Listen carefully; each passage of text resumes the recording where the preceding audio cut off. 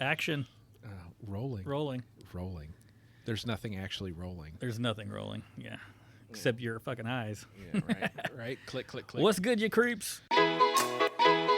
As you can tell, unscripted. Unscripted podcast. Fucking 85% of your stuff is about murder. About murder. That's fair. Because our listeners love fucking murder. Hit them up with the Gmail. You can send us an email with your suggestions, comments, or concerns at basedontrueeventspodcast@gmail.com. Boom.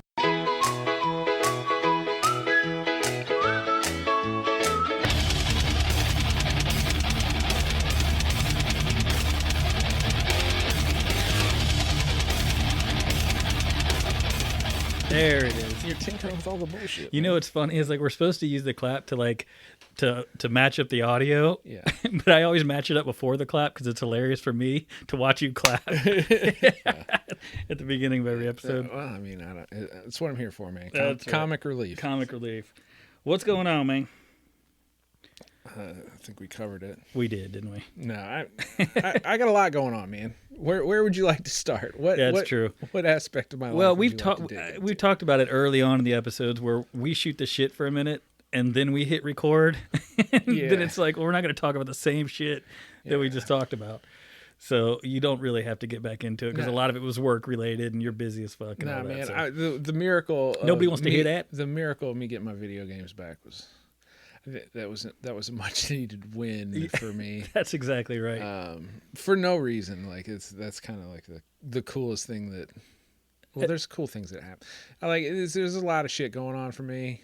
So, and he needed a little win, and he got one. Yeah. So there's I got a lot. It's not all bad. It's just a high stress work environment right now, and right.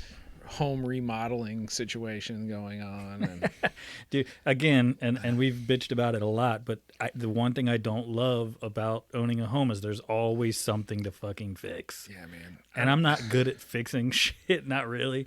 So it's always a task. So legitimately, with this, we're refinishing the basement, and it's a huge area, so I mean it's gonna open up a lot of living space, and so it makes sense, and it'll help with resale value and things like that. But I'm I don't want to fucking live in this house long term.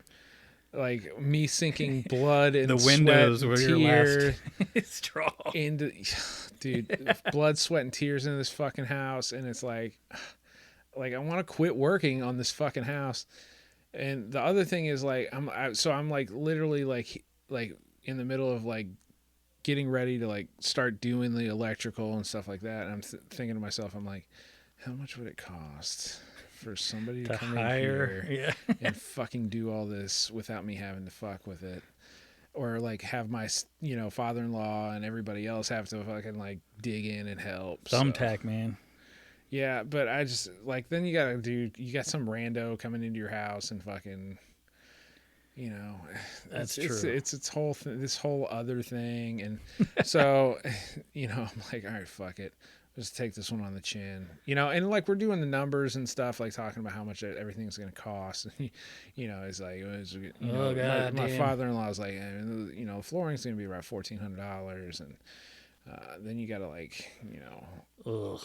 Yeah, never in my life, so a 2x4, a wooden 2x4 right now is $6.87 for one. That's high, right? Yeah, that's super high. Because everybody's remodeling right now. Dude, I need 118 2x4s in my basement. Oh my God, dude. So you do the math. I was just at the Home Depot, literally, and I was like, this shit is empty. Yeah. Everybody's at home. Everybody's at home fucking fixing shit up. Dude, I hit up Thumbtack. That's why I got a wonky fence out back, but I mean, still, it was cheap as fuck. Wonk. That is wonk. Man, your fence looks awesome. Yeah, Cut to next week. Your fence is leaning it a little bit. Well, yeah. Good news is I saved so much money I could pay the dude to come back and redo it. Yeah. So, I mean, that's where I'm at right now in my life. I'm really getting to the point where I'm okay, what level do I want to start farming work out? Right. And just be fuck it. I'll just take that on the chin. Well, you do have a huge asset Your father, my father-in-law is amazing. Like, and we have a ton of help. Like, it's not that, but like the big thing for me, like, I hate drywall. I hate sanding it and fucking painting it and doing that whole thing, and that really drives me fucking bonkers. And the fact that at some point, like, I got the kid in the house, like, he can't be around drywall dust, like all that horrible shit. And then I know what's going to happen is we're going to be doing this fucking sanding and the drywall thing. And then, we're all going to wake up like stuffed up and shit. And then we're going to go through that panic of, it's all COVID. We all got cancer, corona. And then, so I'm just. Air purifiers, bro. Yeah, dude. Hey, come see me. I got you. Okay. Cool. I was about to plug my work, and I was like, "Nah, don't do it." No, that's not where we're at in our lives. So they don't cross mix. Yeah. So, I mean, maybe if they want to give us some money, I'll. You heard that? Yeah. So, but I mean, that's just where I'm at. Like, I'm old enough at this point in my life where I'm like, isn't this like the point when once you turn 40, isn't that the point where you're like, I'm done fixing shit in my own house? Fixing shit? Mean, apparently not. That's when you start. Yeah, I guess. So, I know. Dude. Well, I've got to redo my basement floor, so maybe I'll see what you do. And dude, I fucking regret the fuck out of the comment that I made when we were buying the house. Well, this is a good house. This is a good first house. We can fix it up. And, it's got some projects in there. It's got some good bones, though, so I feel like strong bones. We're going to blow this wall out. Yeah. Like, I watch any of that shit, any of those comments I made, like, going into the house. HGTV or whatever the fuck, and be like, I could do that. I wish that somebody would just kick me in the face and be like, what the fuck are you thinking, dude? Go buy a house that's already built. I know, man. I see our friends, and they're like, my house is like 3 years old. I'm like, oh, fuck, that would be so nice. Yeah. You don't have to worry about shit forever. Yeah, so that's just where I am. That's here we are. Yeah, that is one of my complaints for. Yeah. Hey, one per episode, please. Yeah, this is my September complaint. I don't really have any complaints going on, man. Yeah, I can tell from the text message conversations we have. I'm high stress, and you're like, oh, good. I'm like, don't worry, man. I'll be the hype man. And I'm just like, fuck you. I could tell, like. Well, I'm like, I know you so well. You're making it worse. I know you so well that I was like, I might actually, and I almost didn't send a few of them, and I was like, well, maybe being a smart ass will hopefully see he'll realize that I'm in a good mood, and maybe then look forward to it. Or I always look forward to it when I'm down here. Yeah, I know. But like it's getting here. Part of this, it's like like the big thing for tonight is like the. If we do record multiple episodes tonight, like I'm looking at like, okay, that puts me home at like 11:30 at best, best case scenario 11:30, and then turn around in 14-hour Monday. Well, I'm like 11:30. How long is your fucking episode? Well, but I get it. Late night. Yeah. So I'm just and we dick around. And then I don't go to bed at 1:00 anyway. But that's crazy. I gotta get some me time. Some meat, and that's the only time you got. I know. Yeah. I try to do that, and then I'm just too fucking tired. I love my family. I love her family. Yeah, I love my kid. I love my wife. Yeah. But I need some time where nobody's asking me to do something. You need to build a jack shack. I got the man cave. Yeah, I know. That was like one of the best compliments I got. Like we put in new internet, and this guy that was putting it in, he was down in my office / man cave. Yeah, it's dope down there. It's cozy. And he was kind of like looking around. And he was like, "Man, you got a dope office." I was like, "Yeah, man." I was like, ugh. Yeah, what's funny is I did this, which is my man cave, basement, whatever, and I'm like, fucking, yeah, this is awesome. The first couple people came over, not you. They were like, "Yeah, it's pretty creepy, dude." I'm like, well, yeah, I guess, yeah, that's fair. Yeah, that's fair. But the caveat to that is now that it's open space in the basement that we're getting ready to remodel. Oh, so right. It's the worst fucking anxiety walking into my office now because it's just stacks of shit. Yeah, well, I guess. And I was like, fuck. Hopefully, you still have your privacy. Yeah, I got a door that shuts. Yeah, your kid's gonna be banging on the door. You're like, can't hear you. Yeah, no, that's this is my safe space. All that stuff is gonna remain, and it will be nice once it's done. Sweet. I'm praying for the day that it's done. Yeah. Well, dude, it is worth it. When you finish a project like that, it's totally fucking worth it. Says the guy who you made a table once. That's the limit of your I made a desk. We built a table. I made a desk, a bench, and a coffee table. That is correct. But you also knocked the microphone off your camera this evening. Like, you couldn't even get that screwed on right. Hey, it's on. Yeah. Okay, it's working. Okay. I didn't say there were bumps like the entire time, but I get shit done. Yeah.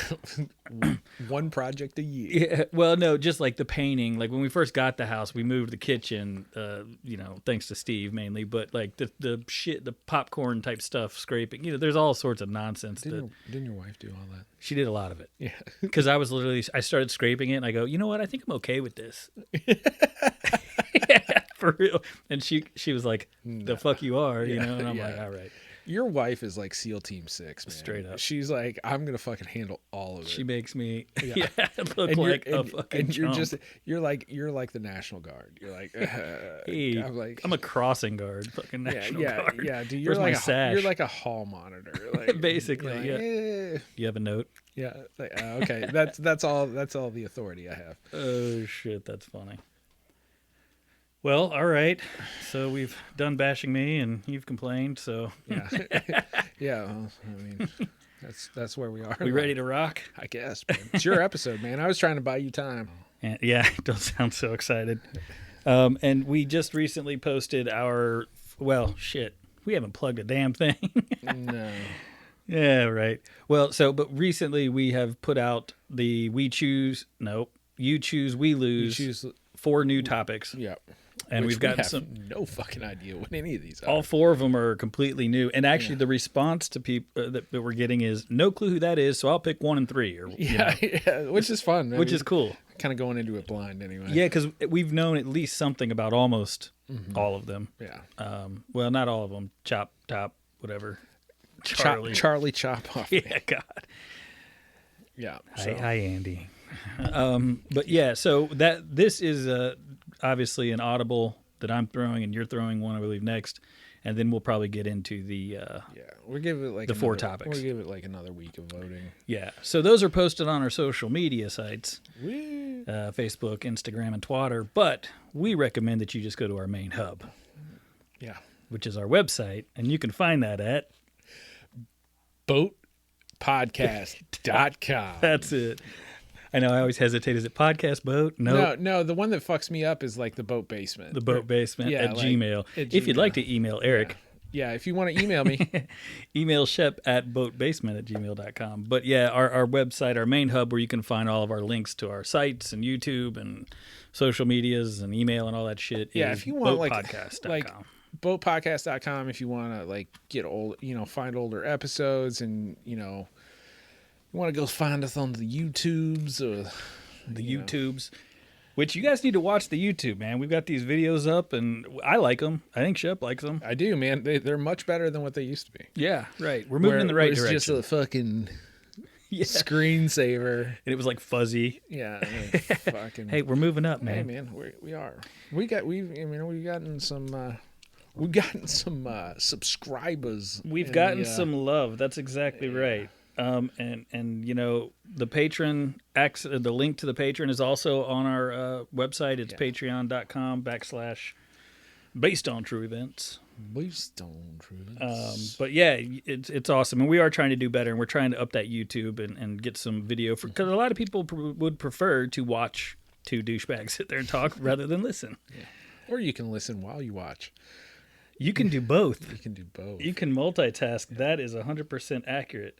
And I want to make sure that I get this name right because we do need to give a big shout out to Amanda Pop. I hope I said your name right.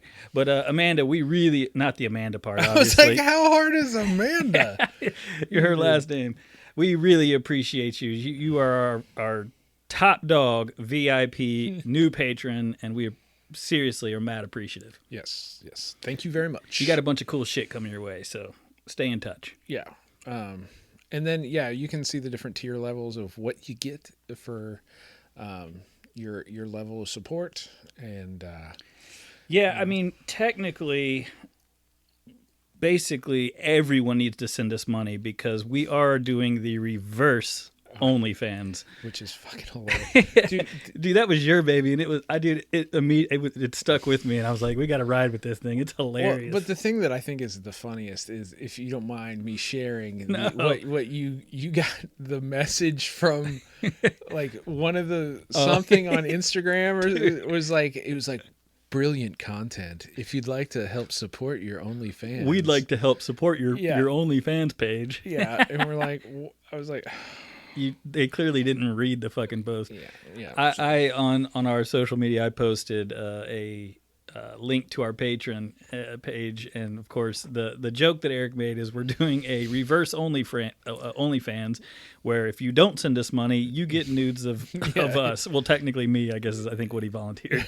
Well, either way, I said I would put more clothes on. Right. You're the one who jumped into the nudes. Yeah, well, okay, fair. But so anyway, that link was what the guy responded to, or the page was like, hey, we love your content. Yeah. We'd love to support your OnlyFans. We're like, that's not what we're doing. Yeah. So. It is another way to ask for your money. Right. But in all honesty, every penny goes right back into the show so we can get better quality, camera and just shit, so we can keep upping our game. Yeah. So blah, blah, blah. We ain't getting rich. That's for sure. But we're having fun. Yeah. And we appreciate it. So, yeah. All right. So tonight is my episode. So sit back and relax. I'm already there. If I fall asleep, I'm sorry. This one, folks, trigger warning, is a dark one. Oh, God. It's been a little while. Well, technically, it hadn't been that long. But man, we've been like doing kid murder for fucking months. Kid murders. Well, that was listener suggestions, but I feel like I haven't chosen a really heavy or dark one in a while. So, anywho, this episode is all about Robert Ben Rhoades. And I actually did not know much about Robert Ben Rhoades, a.k.a. the truck stop killer. And I had heard of this gentleman before. You actually sent me a link or a meme or some shit. And you were like, is this the toy box killer? And I was like, no, but similar. Mm-hmm. And he is very similar and very dark. So we're going to dive in. I think, like, as soon as I hear, like, 18-wheeler, I'm like, oh, you're all the same guy. Dun, dun, dun. Yeah, no offense to truck drivers, because I'm sure you're lovely people. Yeah, I don't want to end up in one of your trucks. In the back of your truck bed. Yeah. There has been plenty, when I'm searching for, Well, I think that's what I'm saying. Like, I think it's not that I'm labeling all truck drivers as insane, crazy person. And I think it's more like, if I hear somebody did something crazy in a truck, I'm like, oh, it's only that. There's like one guy that did all that stuff. Oh, it's this guy. Yeah, it's, right. it's like everybody's Leatherface kind of. Okay, right. That's every serial killer. I got you. Well, so I didn't realize, but I've as I'm searching for, when I'm researching these previous topics and serial killers, you get into all these like top 10 lists of the scariest photos ever. Yeah. Well, this one I had run into a lot, and after reading the backstory, doing the research on this, it is truly probably the most terrifying photo that I've ever seen. It's not gory. Have you seen that one? Yes, I actually have seen that picture. And I know the background behind that picture. Well, then you know something about this episode. Yeah. So this, I'm going to jump into it, but this is what prompted me to do this, because I didn't realize this picture has stuck with me for a while, and now I don't know how I'm going to get fucking this shit out of my head. Cool. Thanks for sharing. So, yeah, anywho. So Regina K. Walters was a 14-year-old girl. She and her boyfriend, Ricky Jones, were running away together, I believe. They were cross-country hitchhiking, and unfortunately, this is where they ran into Robert Ben Rhoades. Hitchhiking, man, I guess nowadays it's like probably okay in like the 40s. Yeah, this was not the 40s. And you know what's sad? I was just thinking about that before you came over. I was like, I don't have any dates in this. I'll talk a little bit about when he was born and stuff. So this was not that. It was still, I guess, fairly common to hitchhike, because there's a bunch of hitchhikers in this story. But nowadays, you think of hitchhiking, you're like, no fucking way. I don't know, man. I think there's probably definitely some area of the, populace that still use the thumb out. The thumb out. to kind of get to places. You know, if you ain't got no money and you got to cover 80 miles, man, might be. That's fair. That is fair. So anyway, this is where Regina and Ricky, her boyfriend, ran into Robert Ben Rhoades. Rhoades immediately killed Ricky. Now, I tried to find, I know I'm jumping right into it, but I tried to find like how he killed a few people, but I tried to find out how, and I didn't find anything. We're assuming a gunshot. That was the most common theory. So, but anyway, the point is that he killed him immediately, and the belief is obviously just to kind of get him out of the way. Regina's who he had his eye on. Did they find Ricky? They did. Okay. In Texas. Where did they start? Well, I'm not sure. Let me get through this because they end up in a completely different place. Okay. Actually, Chicago. I'll just go ahead and tell you. We're back into Chicago, folks. Hey, I believe that's where they were coming from, and that's where I think he picked them up and then killed him immediately, so it was probably in Texas. Okay. They never, everything that I read, and I listened to quite a few podcasts on this actually, no one said that Ricky was ever taken anywhere in the truck. Like basically you hopped in, obviously they probably drove to wherever it was safe enough for him to shoot him. I'm assuming shoot. Okay. So there's a lot of information, so if you ask me certain questions I don't have the answer to, sorry. But I'm used to it. You'll get the gist, right? you know what you got. Yeah. Rhoades then took Regina on the road with him, obviously against her will, and held her captive in what he called his torture chamber for several weeks. He tortured and molested her daily. He raped her and humiliated her, and basically, as we'll soon find out, she was 14. This is kind of this guy's MO. He was big into, was it pedophilia? S&M. Well, yeah, obviously, but S&M, BDSM, all that weird torture, chains and shit. So I don't need to read that again. Rhoades used his rape kit, and I hate the idea of somebody having a rape kit like they're so prepared. Like, it fucking disgusts me. That one guy, Israel Keys, I think, had a murder kit. Yeah, they all have. Like, they're so prepared. Well, he had them, like, buried everywhere. But a rape kit is just, icky. Yeah. So this rape kit consisted of dildos, chains, leashes, a gun, pins, and fish hooks, amongst other things. And the worst thing is like, I think I mentioned this later, but his truck was really... I don't know if you've ever been in a lot of semi trucks, but I had a friend whose dad was a semi driver or truck driver, and I'd ridden his truck. It was always on the road. I know my car, I'm always on the road. It's filthy. This dude was like pristine, like super clean, neat and organized. Like his rape kit was all clean and dude. There's a few images or pictures of it on the internet, and it's even more eerie, the fact that how organized this guy was. You know what I mean? I hate that. This sick bastard would stick Regina with the pins and the fish hooks and basically just watch her squirm in pain. He would pierce her nipples and labia with the fish hooks. Fish hooks really fucking freak me out because it's like a Hellraiser thing. Yeah, like I was about to say, it sounds like his rape kit is almost a deconstructed Hellraiser box. Dude, the fish, like pins, he would literally like stick pins in her, and that's horrifying, and all of it's horrifying, but the fish hooks for some reason. Anyway, he had clearly done this before. You picked this subject. Yeah, that is true. I said it was a dark one. He eventually took Regina, and by the way, he had her for weeks doing this, which is just fucking horrendous. In his torture chamber, which was basically the back of the truck bed.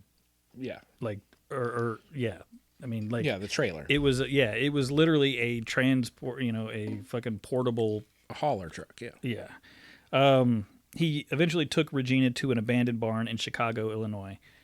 Here he dressed her in a black dress and black high heels. And you can see in the photo, this is obviously The high heels were too large. There's just something so fucking eerie about that photo. There's a bunch, and we're gonna get into it. But he took photos of her the entire time, and they did find a bunch of photos. They didn't. Thank God they didn't put them on the fucking internet. Yeah. Unfortunately, these last. Anyway, he cut Regina's hair really short, and he shaved her pubic hair. And in some of the photos, the reason they knew it was weeks was because like hair was growing back. There were bruises that were actually healing. And I don't know how much time it takes for a bruise to heal, but I imagine multiple weeks. Yeah. After multiple weeks, Rhoades strangled Regina with something called a wire garrote. And it is apparently very slow and painful and absolutely horrific and brutal. Yeah. I mean, weeks, slow and painful. Yeah. Oh God, wire garrote. I'd never heard of that, but after kind of reading and listening to a few things, it sounds. Anywho, well, in the image, I think I skipped this earlier, but in the image, she had a choke collar of some sort on. So he would always put a collar on people because he would literally chain them in the truck, and they'd have a choke collar. After he killed her, he covered her body with hay and left her remains in the barn. And that image is said to be the last. The picture you showed. The picture is like the image right before that all happened, because in the picture, now that those of you who didn't know the story, you could see that it's the barn, and there is a photo online of a mound of hay, and it is fucking horrendous. Now knowing the story, you can see that she's scared. The high heels are too big. The worst thing about it, I think, for me, and I think somebody else, maybe it was the morbid girl, said this, like, you can see houses in the back, and I'm like, God damn, you want to just say run, you know what I'm saying? Yeah. But obviously she's afraid. He had a gun, there's obviously reasons why she didn't run. So it's better to die from a bullet than it is from a fucking piano wire. I mean, yeah, I can't even. In my opinion. Well, no, I don't know if she was just broken down and just you're mentally too. It's easy to sit here in your right. basement and fucking have this conversation without having had to experience any of it. Yeah, it's very true. But I don't know. And yeah, started off with this is gonna be an easy one to crack jokes, isn't it? Yeah, man. Yeah, man. That photo is absolutely terrifying. And there's a bunch of photos of people before they die. You just whatever. But something about the fact that she was so young. The fact oversized, that the murderer is the one who took the picture of her alive. Well, that's fucked. Yeah. This is your last picture. Click. God, dude. She knew it was coming. Uh-huh. I think it was either murder was coming or more torture. Either way, so it's dude, it's horrible. But I agree with you. In my mind, it's easy to say it, but in my mind, I'm like, I'm gonna scream, and if I die at this point, I mean, yeah, a gunshot would be better than what this motherfucker's been doing. Okay, anyway, so Robert Ben Rhoades. Little backstory on this jackass. He was born in Council Bluffs, Iowa in 1945. That gives you a little bit of he was older. I mean, he was driving a truck. So it's uncertain as to... I have questions about the truck, by the way. But go ahead. Okay. I'll see if I can answer them. Okay. We got Google. Yeah. Yeah. As usual, you can do some of my research for me. Sure. Fucking live. But it was uncertain as to exactly where he was raised. He was raised by his mother in the early years of his life, as his father was a soldier in the U.S. Army. His dad was stationed in West Germany, apparently. And Rhoades was attending elementary school when his father returned.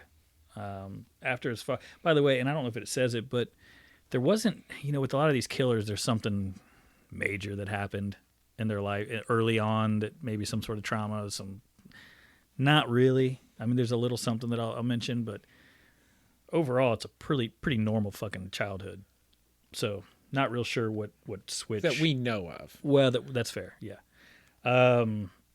After his dad returned from the military, he was a firefighter. Sounds like this dude would be a decent role model, you would think. I think, but he had some social issues in his formative years. He was an active he got in school fights, like nothing crazy. I think he stole some shit. Like he wasn't like a bad kid. But he was an active participant in the extracurricular activities of his school, involved himself in sports. Let's see, football, wrestling, choir, and French club. You know, the normal stuff. Most football players are also in French club. Yeah. That's common, so fucking, right? That's common. That's so stereotypical. Like, it's horrible of me to say that shit, but whatever. I thought it was funny. His criminal involvement during his high school years were only notable for an arrest in 1961 at age 16 for tampering with a vehicle, along with an arrest for public fighting in 1962. Tampering with a vehicle? Yeah, maybe like trying to... Was he trying to break it? I don't know. Yeah. Obviously, it wasn't even bad enough that that's it. Let's see. After graduating from Thomas Jefferson High School in Council Bluffs in '64, he joined the Marine Corps. During the same year, his father was arrested for molesting a 12-year-old girl. His father was. So there's a little something. Okay, so the pedophilia might run. Now, I read a couple things where they're saying that the father could have possibly been abusive at times, and I think even Rhoades claimed that he might have been sexually molested, but very little and no concrete evidence. The father got arrested and then was like let out on bail, and then another girl came forward and his father killed himself. Like a fucking puss.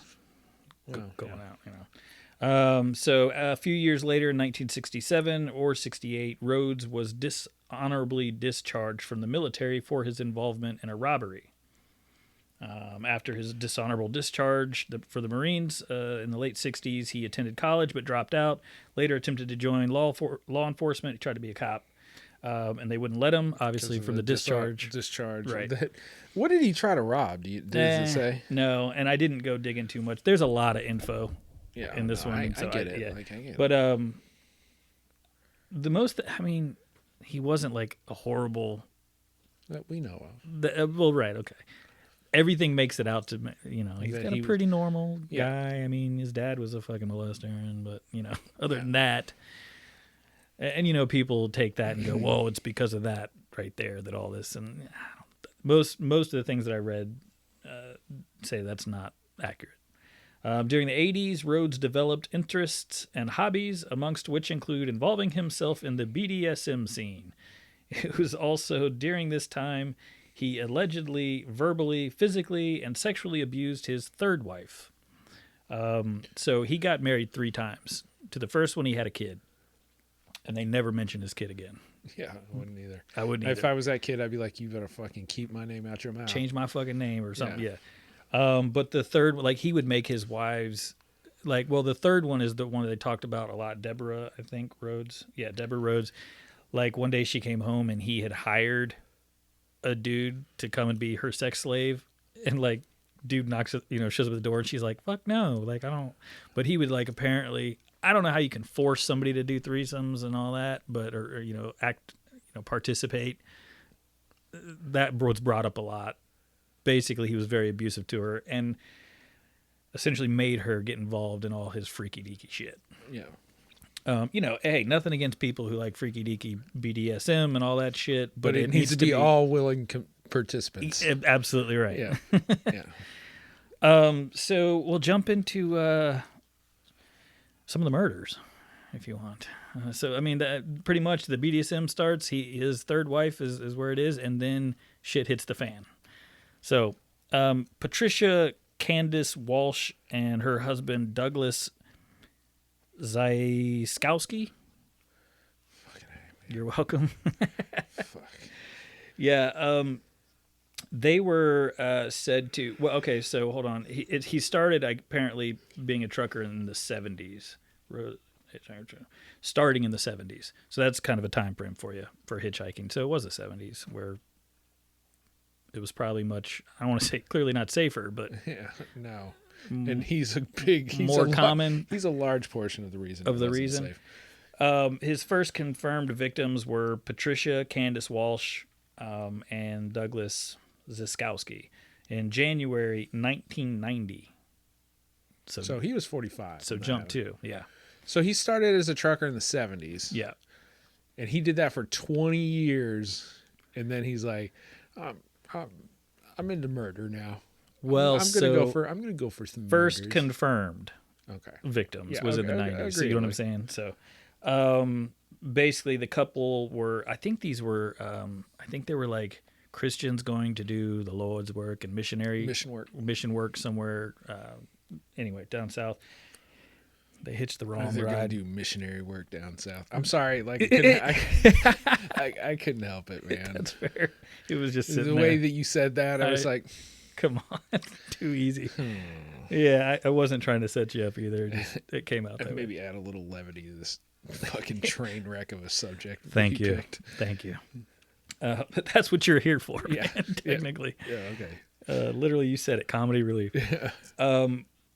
They, just like the first story I told you, that he immediately killed the husband, offed him to obviously get him out of the way, and move on to the wife. Man, he can't have his threesomes if he keeps killing off the other dude. That's true. Well, I think he's over the threesomes now. He just wants the torture the porn. woman. Yeah. He immediately killed Ziskowski and dumped his body in Sutton County, Texas, where it was later found. He was not identified until 1992. He kept Walsh for over a week. During this time, he tortured and raped her multiple times before dumping her body in Millard County, Utah. So I don't think I mentioned it earlier. They found Regina, the first girl in the picture. They found his body in Texas. You said yeah, Texas. But it was, I can't remember the time frame now. I'm getting the stories mixed up. It was not immediately they found this. It was like much later. And with Regina, I think the only way they found her was somebody was going to like demo the barn or something like that. And it was quite a while later. And they found her like completely decomposing remains. So unfortunately they were there for a long time. So this one says that they found it almost a month after Walsh. No, sorry. Did I even say? I feel like they found this one much, much sooner. Okay. Anyway, not really relevant. Other victims, and there's a couple I'm just going to mention because we get what this fucking dude does and who he is. Mm-hmm. But a lot of them remain nameless. I mean, smart move probably, you know. But Rhoades picked her up as she was hitchhiking. She fell asleep because she felt comfortable. And obviously, the cleanliness, and he was apparently very charismatic. And I hate fucking saying that. All these, the Bundy thing, he was so charismatic, you know, but I just don't see it, but I guess whatever. But dude, if he was like licking an axe handle and deter. driving a fucking 18-wheeler, like, I don't think people are going to be like hot. That's what gives him the ability to do this. Like, I guess you have to have able to survive and not get caught as a serial killer is because you don't like freak out. Well, what's the term? The gift of gab, I think you used once. Yeah. They're smooth talkers. Yeah. So she went to sleep, and she woke up, and they were pulled over in the woods, where he forced her into the back of his truck. There, he immediately ripped off her clothes and put a horse bit in her mouth. He chained her up, spread eagle, and, well, we know it. You know, I don't need to repeat the fish hooks and all that fun stuff. Weeks of torture and rape and fish hooks, etc. He would pull the truck over and allow her to go outside to use the bathroom. What a gentleman.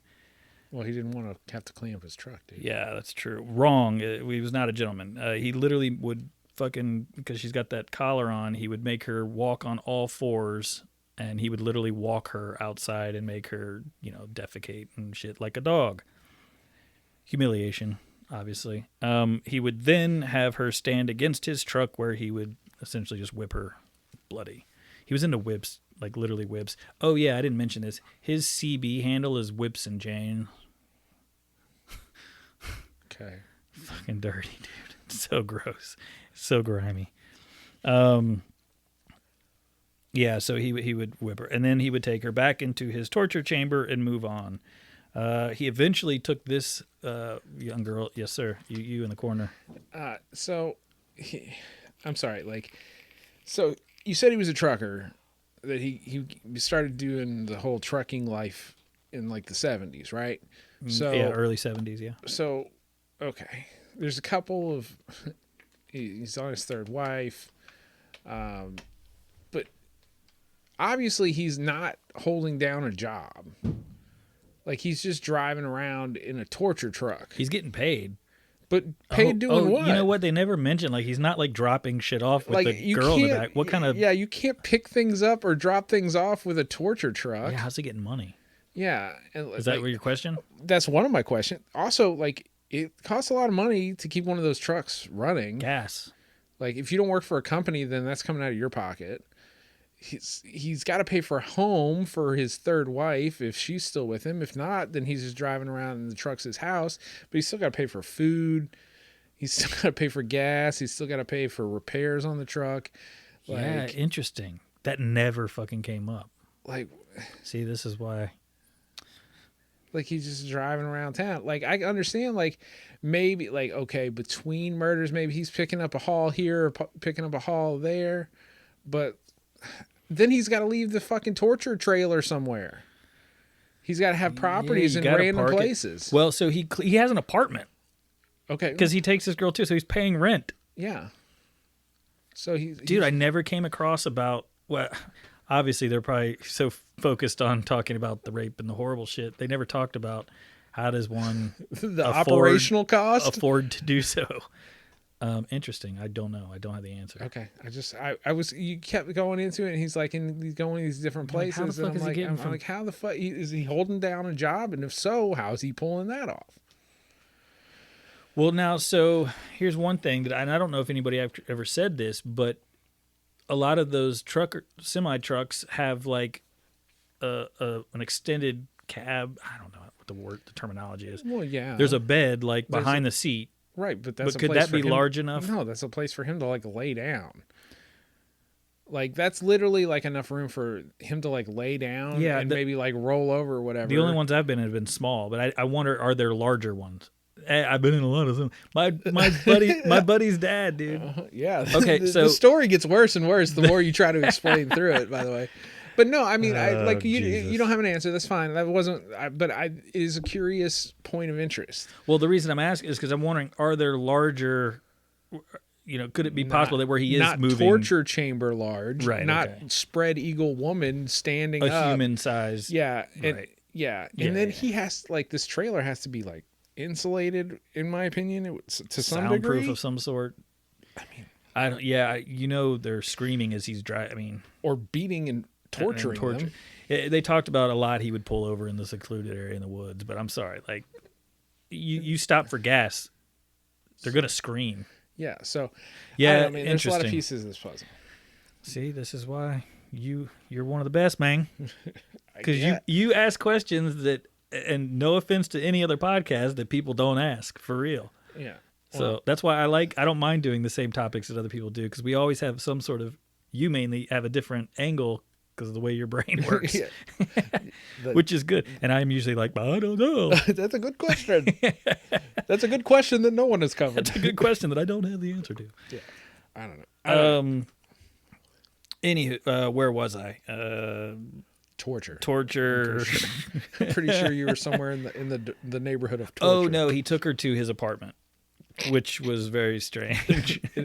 He took her to the apartment. Well, dude, okay, so this is which is fucked up. Yeah. I mean, and so he literally brought her into his home, and he went, I don't remember exactly where he left at one point. Maybe he went to work. I don't know. That's where he's getting the money. Yeah. But he left her in the apartment alone and said, "Don't touch nothing." Quote, yeah, don't touch my radio. Yeah. He said, "Be a good girl." Like, because he clearly thought that he had broken her down to the point that he could leave her and she would just stay out of fear and whatever. No. She's like, "Fuck you," and as soon as he's gone, she bolted. Like. She should have. Way to be fucking resilient, girl. Yeah. So she ran like hell. She unfortunately never pressed charges because she said it would be his word against mine. And this motherfucker was free to continue hunting. I read something somewhere about this girl who her history had not been great. Like she had been raped like 20 times. So, which is why she was like, he couldn't fucking break me. Like I've been down a rough road.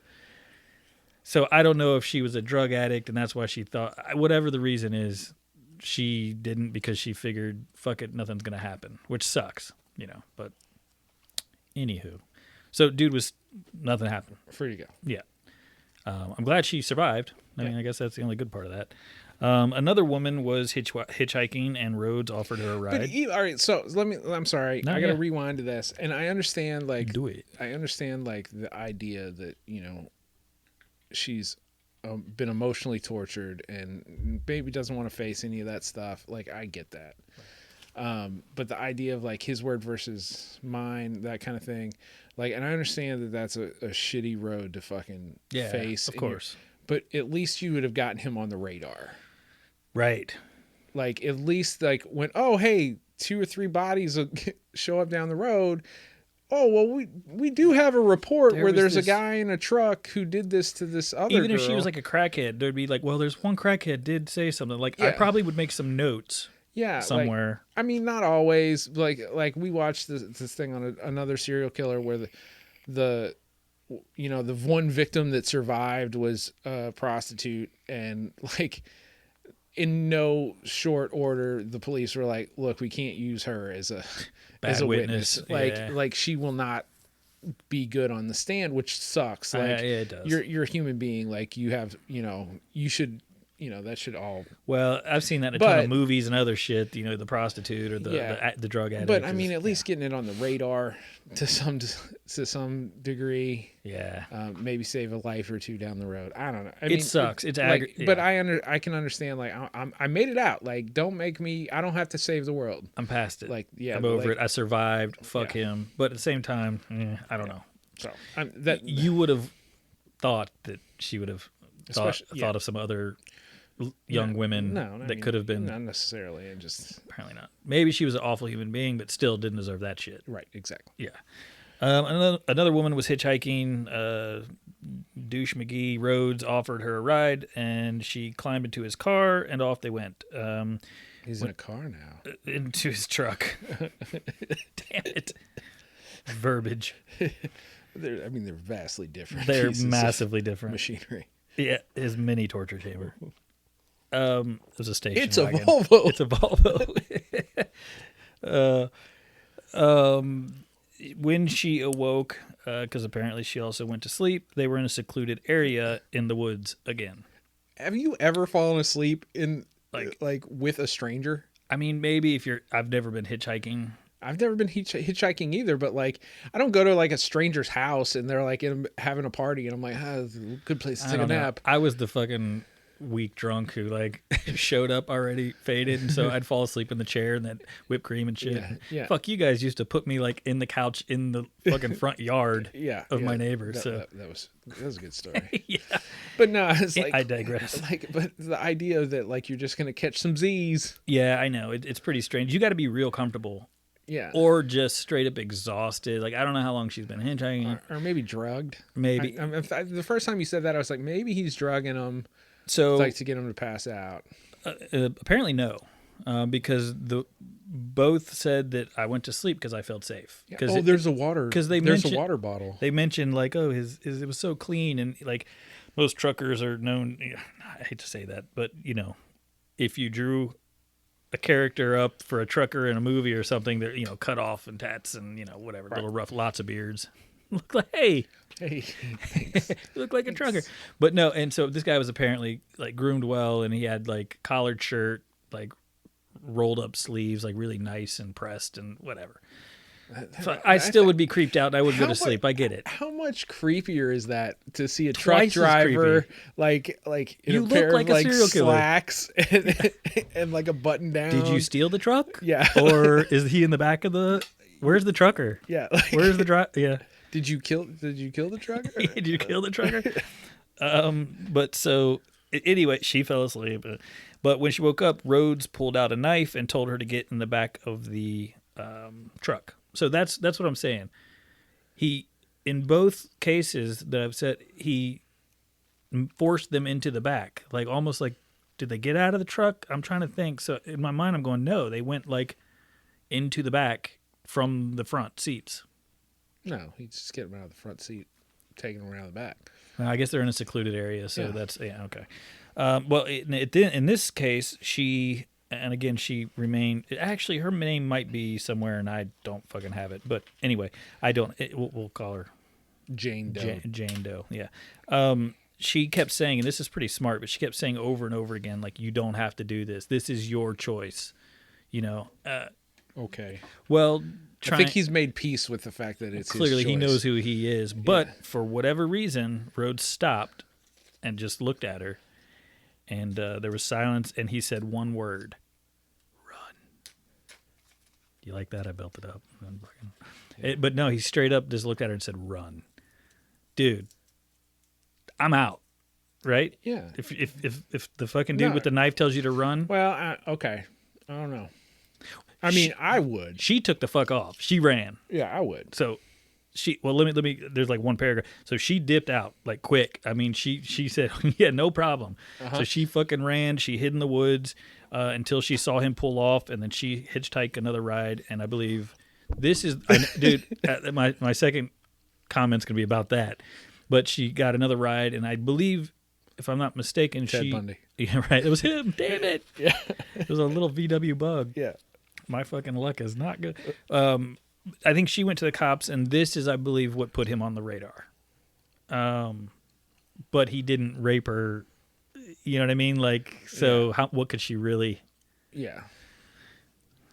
He had a knife, but then he told me to run. Like, you know what I mean? Like, what can they arrest? I mean, anyway. But yeah, okay. So she hitchhiked again. But if she's in the fucking woods, how are you going to get anywhere? I mean, and there's no, like I get it. I thought the same thing too. Like again? Yeah, like, I get it. But like as soon as you said that, I was like, fucking for real? Come on. Like walk, take a jog. Yeah. A jaunty hike. But anyway, but the running part, man, that's how you know chills, that that's how you know that he's not leading them back through the truck is he said run. And she got the fuck out. Yeah, he held a knife to her and then she could just run. But a lot of times they do, like, I would assume that they would say, hey, like, run. And then you take off running and they fucking shoot you. And then it's like, oh, I'm going to drag you back. Well, I mean, do you run like with your looking back, you know, then you're not running real fast. Do you run backwards? Like, hey, it's like running from an alligator, just zigzag. Yeah. Serpentine. Serpentine. Right. I feel like this is slower. Yeah. I'm not getting as far. But I would have dipped, but definitely in my mind, I would have been like, that knife's going to be in the back of my, you know. Yeah. As soon as I turn around. Yeah. So tough choice, but I'm glad. Yeah. She made the right man, one. You need to be doing everything in your power to like save your own life. Like I'm a firm believer in that. But like I definitely would have. Maybe there had been a little serpentine, like a little duck, dip, dodge, ducking and duck and roll. Yeah. So I mean, I would have, but I would have been trying to get out of town. Yeah, for sure. So anyway, thank God, she dipped out. So that was very unusual that he let her go. And I don't know for whatever reason, but I was led to believe it was something about the way she kind of confronted him and was like looking at him like, this is your choice. Like you don't have to, trying to reason with them, which worked somehow. I don't know. I mean, I don't know. Ramirez took it getting shocked by that fucking lamp that is a sign from God. Like God does not. There's another serial killer who he would only attack people whose front door was unlocked because if their front door was locked, he wasn't welcome. But if their front door was unlocked, it was a sign that they were welcoming him into their home. Yeah. So there's it's a serial killer, man. Yeah, they're like they got some fucking weird shit going on up the stairs. If we could figure it out, we could stop them before they serial killed. Serial kill. That's exactly right. In the early morning of April 1st, 1990, Trooper Mike Miller of the Arizona Highway Patrol found a truck at the side of I-10 with its hazard lights on. When he investigated inside the cab, he discovered a nude woman. There's our fucking answer. inside the cab. So it must have been a big ass cab. I guess. So which maybe he actually was transporting fucking goods, but how they wouldn't hear. So still don't have all the answers, but maybe that's. And I seem to remember them saying cab, and this is probably what it is, but the cab of the truck is the back, right, inside the front, right? Right. Yeah. Cab is where they sit. Okay. Well, so he investigated inside the cab. He discovered a nude woman, later identified as Kathleen Vine, handcuffed and screaming. There was also a male present who identified himself as the driver of the truck. Who else would be in the fucking... Anyway, sorry. Her husband before he was shot and killed. Right. Yeah. After failing to talk his way out of the situation, Rhoades turned over a gun which had been on his person. He was arrested and charged with aggravated assault, sexual assault, and unlawful imprisonment. He was left handcuffed in Miller's patrol car, but nearly escaped. So what literally happened is the cop came in, saw the girl tied up, handcuffed, and all that, but also beaten savagely, bludgeoned, and as Rhoades was doing, he had been torturing this poor girl. So he saw that, took Rhoades, put him in the back of his cop car, put the seatbelt on him, and handcuffed him behind his back, and then went back and was like, I got to call some backup, or whatever they're doing. And at one point, he went and he covered the girl with a blanket or something like that and was trying to console her. She was obviously just unconsolable. Right. But he, I believe, went back to check on Rhoades, and Rhoades, his hands were now in the front. He had unbuckled the seatbelt and was basically about to escape. And the cop's like, fuck no.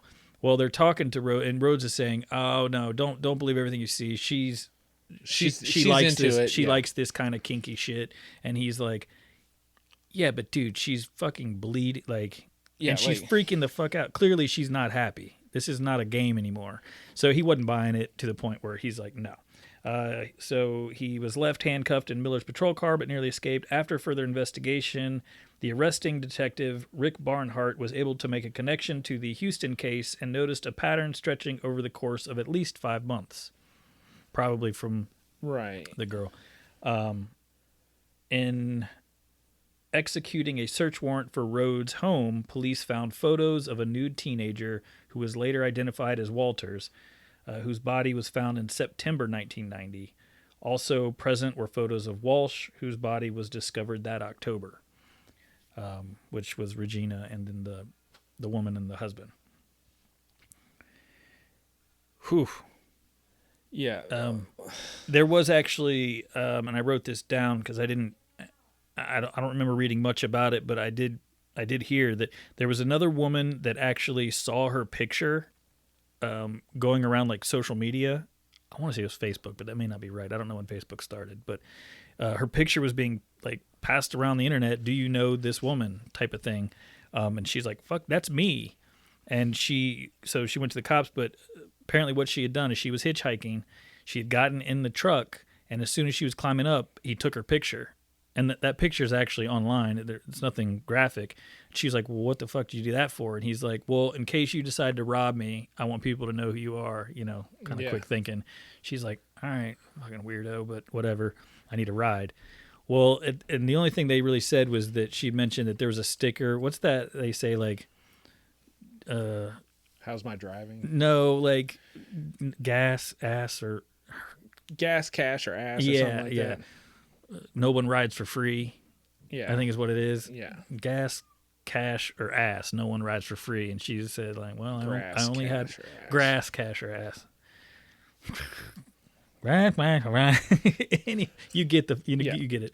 And she obviously said, I only had one of those things. So she said they had consensual sex, and nothing ever happened. But just imagine fucking hearing that and going, I literally had sex with that dude in his truck, and I'm lucky as fuck. Well, yeah. But then you also have to be like, oh, like I had sex with it. Oh yeah. Oh, gross. Like I'm years later, I'm so fucking dude. Damn it. But I mean, just imagine fucking the. Yeah, for sure. Duck the bullet. Yeah, well, not hitchhiking anymore, I imagine. In 1994, Rhoades was convicted of the first-degree murder of Regina K. Walters and sentenced to life without parole at Menard Correctional Center in Chester, Illinois. Not that far away. He was extradited to Utah in 2005 to be tried for the deaths of Candace Walsh and Douglas Ziskowski. However, in accordance with the victims' families' request, the charges were dropped in 2006 and he was returned to prison. Because he was given life, they said they didn't want to have to put the family through the whole process, bringing that shit back up. Rhoades later was extradited to Texas for the murders of Walters and Jones, where Rhoades, in exchange for dropping the death penalty, pleaded guilty to their deaths and received a second life sentence. Because his first one was life without the possibility of parole. So the families are like, we don't want to, why go to court and rehash all this shit if dude's not getting out anyway? I get it. Until the appeals court comes out and says, "Oh no, it's something was messed up. Oops, we didn't cross that T or dot that I." But so luckily now, basically, even if Illinois fucks up and he gets out, Texas has got him for another one. So dude ain't getting out. Despite his other convictions, Texas, he continues serving his life without parole sentence at the Menard Correctional Center in Chester, Illinois. If you look and see pictures of this, I've looked this guy up. His face is... What's up with that? He had a stroke in prison. Aww. Didn't die. God damn it. Aww. Well, actually, I'm glad he didn't die because let him suffer. But he's like 70s or something right now, I guess. Well, he's born in 45. 45. So 2020. So 20. So yeah, shit. He's pushing. He's almost 80. Yeah, but he's gonna die in prison, and I hope it's fucking something horrendous and painful. Math is hard. Did I do math? I was just assuming that you knew it. I was like, yep, sounds right. Yeah, perfect. But yeah, he had a stroke, so now he's even creepier looking because his fucking whole side of his face is, paralyzed or whatever. Yeah. So, yeah, he is a nasty, horrendous human being. So, and that photo will, even when I'm done researching, and I'm so glad I don't have to fucking look at this anymore, but that photo will fucking haunt me forever. Right. Well, there's a couple wrap-up questions I have. Yeah, as usual. So was he did he cop to it? I know that they were like, look, we're taking the death penalty off if you confess to these two, but was he like when they, did he seem like somebody who would be like bragging about shit and like trying to up his number, or was he like, oh no, he was fucking combative and it was like pulling teeth to get him to admit to anything? And no, I think there's probably a bunch of bodies still strewn across. Well, so he has not come out and said, oh, and there's more and more. But the big thing is that there are a ton of unidentified bodies that have been found throughout the United States, and a lot of them, this dude could be prolific as fuck as far as numbers, because they're saying he got what, I think 3 was what he was tried for, but the number they have on him now is up to like almost 50 possibly. So he has never come out and copped to any of that. In fact, he was doing the whole like, oh, they were playing with, they were playing along, and he was denying it, but then there was proof, and it was like, dude got fucking busted. I mean, clearly they were going along with it until I shot him. Yeah, that part. But no, there's, I accidentally in his apartment, there were the photos. Like, dude's red-handed caught, and he knows that. So he never came off, it doesn't seem like, and I haven't read any interviews with him, and I don't know if he's even doing all that. That's why, I had not known anything. I've heard of the truck stop killer, but that name, not like Ted Bundy or you hear that name and you fucking know. Ramirez, you know what I mean? But this dude wasn't. He was kind of like under the radar, but I don't think he was a big showboater, to answer your question. I think he was like, all right, I'm busted. And it is what it is, and I'm going to, yeah. Fuck it. Maybe it's a time period, too. Yeah, possibly. Like, in the 90s. Less fucking... Yeah, they're like, well, fuck me, we got OJ. We got Koresh, there's a bunch of shit going on. And, they're not like, oh, let's just lock this motherfucker up. Well, but it's like also like...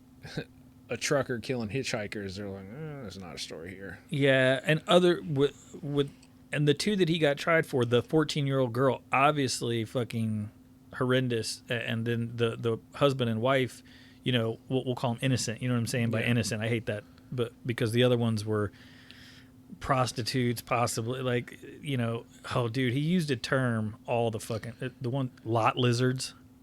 Oh. Like people, girls who hung around the truck stops, or maybe it's people. Lot lizards. I came up with the definition as soon as you said the word. Okay. Like you knew it. Yeah, you didn't need to. Yeah, well, so his target was usually a lot lizard, but yeah. Okay. So he got tried for the 2 murders. Well, the 3 murders, excuse me. But I don't know why they didn't say 4, because the Regina... Ricky, right. Ricky. I'm not sure why they didn't try him. Or maybe he was one of them, and then the husband, Zikowski, his family didn't press charges, so that's why. I don't think you get to decide whether you're going to press charges, even if you're a family member, when it's murder. It's murder, like he's busted. That's that's a capital offense. Yeah, right. Well, maybe, I don't know. I don't know. But maybe they didn't have pictures of Ricky. Or Zikowski. Yeah. Well, then that's back to 2. Like, well, he only took pictures of the women. Well, somebody ducked.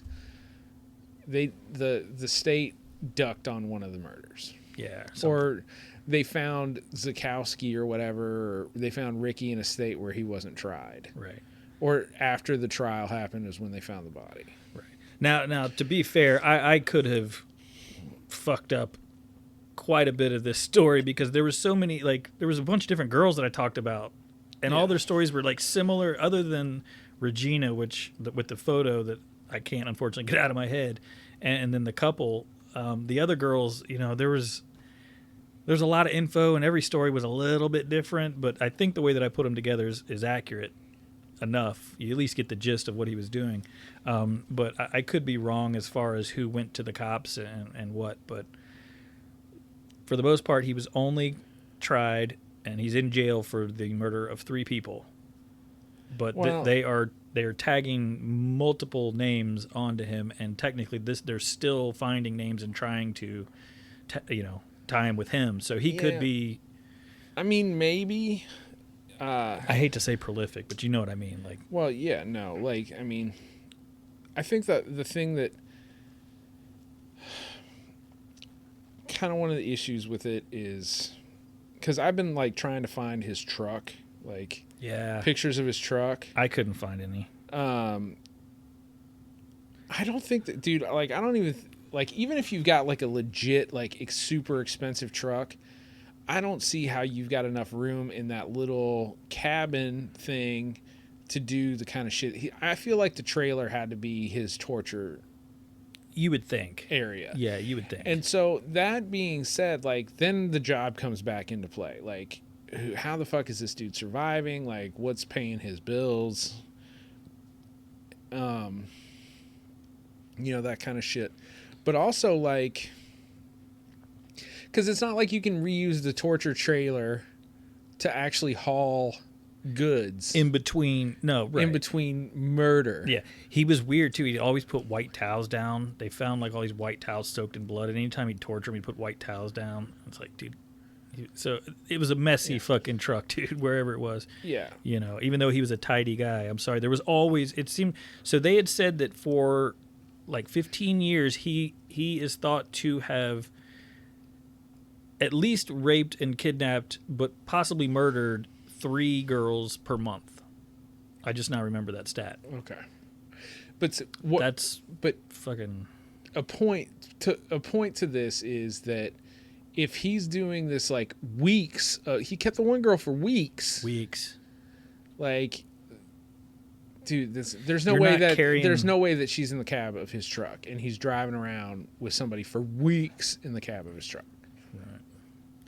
Well, and you're not delivering goods. And yeah. So I don't know, man. There's a lot of pieces of this puzzle. Yeah, like when you search for this guy, you will find pictures of him, the image of Regina. Yeah, and his younger self, all happy and smiley with his fucking weird BDSM. Oh, dude, I'm happy you had a stroke. Me too. And the images of him, the first things that pop up are like the old now, so where he's old and he looks, man, is fucking Popeye. It's like the only picture I knew of him was that Popeye eye thing, and then you're like describing all this stuff, and you're like, well, no, I mean he was like well put together and he's well spoken. I'm like, this dude, pirate ass looking motherfucker, like who's getting in that truck? I know. No, that happened unfortunately in prison, so it's a dark one, and he is, you know, I guess I'm kind of glad more people don't know about him, because I hate to give people. Right. You know. Well, he didn't seem like he wasn't trying to get headlines. No, that's what I'm saying. Like, there was no showboating that we get with some of the other guys. He was just trying to get murder. Just trying to get, yeah. Murder and torture. The fish hooks, dude. That's the thing with this one, and we've done some horrific shit, but the fish hooks, that photo, and just the concept and the time, he'd been doing it a long time. Yeah. You know, a lot of years. Really glad I didn't research this one. Yeah. Well, when I did it, I was like, yeah, let's do a heavy hitter. I was like, oh, well, this one has been done, but not by a lot of people. Yeah. But as I was doing, I was like, wow, fuck. I'm like, I can stop, but I'm already too far in. And I'm like, what am I going to do with that info? Let's just fucking do it. Yeah. No. And that image, which people, I'm sure, have seen if they're researching this or just Googling this kind of horrific shit.